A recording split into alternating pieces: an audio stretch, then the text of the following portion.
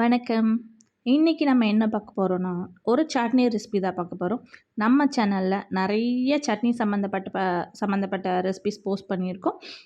பார்க்காதவங்க பார்த்துக்கோங்க. இது இன்னைக்கு புதுசா ஒரு சட்னி ஆட் பண்றோம் அதுல. என்ன சட்னி தான் no onion, no tomato, no coconut. அவ்வளோதாங்க. சிம்பிளான சட்னி. டக்குன்னு வீட்ல உடச்சக்கல்ல இருந்தா போதும். அத வச்சு நம்ம இந்த சட்னி ரெடி பண்ணிடலாம். இப்போ ஃபஸ்ட்டு ஒரு கடாயில் கொஞ்சமாக எண்ணெய் சேர்த்துக்கோங்க. எண்ணெய் சேர்த்துட்டு அதில் பூண்டு ஒரு 3 பல் பூண்டு சேர்த்துக்கோங்க. பூண்டை வந்து நல்லா ஃப்ரை பண்ணி விடுங்க. அது வந்து கலர் நல்லா சேஞ்ச் ஆகிற வரைக்கும் ஃப்ரை பண்ணி விடுங்க.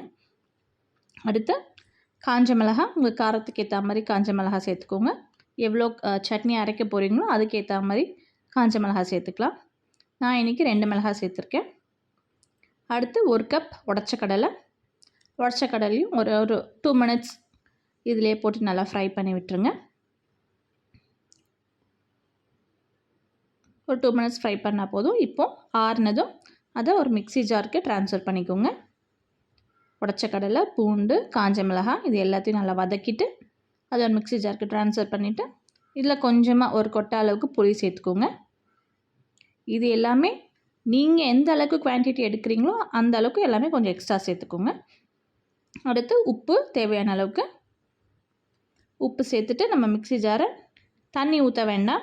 மிக்ஸி ஜார் க்ளோஸ் பண்ணிவிட்டு அதை அப்படியே நல்லா அரைச்சி எடுத்துக்கோங்க. தண்ணி ஊற்றினீங்கன்னா உடச்சக்கல்ல வந்து அரையாது. அதனால் ஃபஸ்ட்டு தண்ணி ஊற்றாமல் நல்லா இந்த மாதிரி சுற்றுனீங்கன்னா நல்ல பவுடர் மாதிரி ஆகிடும். அதுக்கு அடுத்து பார்த்திங்களா இவ்வளோ பவுடர் மாதிரி இருக்குது.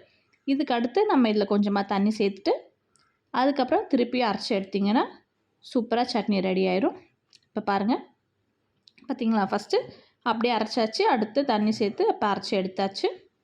இப்போ இதை நம்ம ஒரு பவுலில் ட்ரான்ஸ்ஃபர் பண்ணிடலாம். ட்ரான்ஸ்ஃபர் பண்ணிவிட்டு சட்னி ஒரு பவுலில் ட்ரான்ஸ்ஃபர் பண்ணி வச்சுக்கோங்க. அடுத்து இதில் கொஞ்சமாக தண்ணி தேவையான அளவுக்கு தண்ணி சேர்த்துக்கோங்க. அடுத்து ஒரு கடாயை வச்சுட்டு அதில் கொஞ்சமாக எண்ணெய் சேர்த்துக்கோங்க.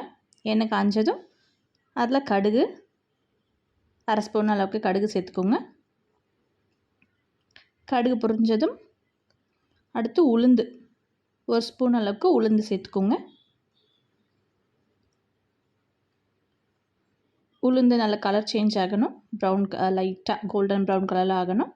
அடுத்து ஒரே ஒரு காஞ்ச மிளகாய் அதை கிள்ளி சேர்த்துக்கோங்க. அடுத்து கருவேப்பிலை 2 கொத்து அளவுக்கு கருவேப்பிலை சேர்த்துக்கோங்க. லாஸ்ட்டாக அதில் கொஞ்சமாக நம்ம பெருங்காயத்தூள் சேர்த்துக்கலாம். அவ்வளோதான், நம்ம சட்னிக்கான தாளிப்பு ரெடி ஆகிடுச்சு. இந்த தாளிப்பு அப்படியே எடுத்து நம்ம ரெடி பண்ணி வச்சுருக்கோம் இல்லையா அந்த சட்னி, அது சட்னியில் சேர்த்துக்கோங்க. சேர்த்துட்டிங்கன்னா சூப்பரான ஒரு no tomato, no onion, no coconut டக்குன்னு ரெடி பண்ணிடுற ஒரு சட்னி ரெடி ஆகிடுச்சு. இது வரைக்கும் ட்ரை பண்ணாதவங்க செஞ்சு பாருங்கள். அவ்வளோ டேஸ்ட்டாக இருக்கும். ஃபஸ்ட் டைம் ட்ரை பண்ணுறீங்களா இந்த மாதிரி நல்லாயிருக்குமான்னு யோசிக்காதீங்க. கண்டிப்பாக நல்லாயிருக்கும். செஞ்சு பாருங்கள். இந்த வீடியோ உங்களுக்கு பிடிச்சிருந்தா மறக்காமல் நம்ம சேனலுக்கு சப்ஸ்கிரைப் பண்ணிவிடுங்க, லைக் பண்ணுங்கள், சப்போர்ட் பண்ணுங்கள். நம்ம சேனலில் நிறைய குக்கிங் வீடியோஸ் இருக்குது. சட்னி ரெசிபிஸ் நிறையா இருக்குது. எல்லாமே நீங்கள் ட்ரை பண்ணி பாருங்கள். எல்லாமே சூப்பராக இருக்கும். அண்ட் இந்த வீடியோ பார்க்குறவங்க கண்டிப்பாக கீழே ஹைப்புன்னு ஒரு பட்டன் இருக்கும். அந்த ஹைப் கிளிக் பண்ணி பாயிண்ட்ஸ் கொடுத்தீங்கன்னா கொஞ்சம் ஹெல்ப்பாக இருக்கும். தேங்க்யூ. பாய்.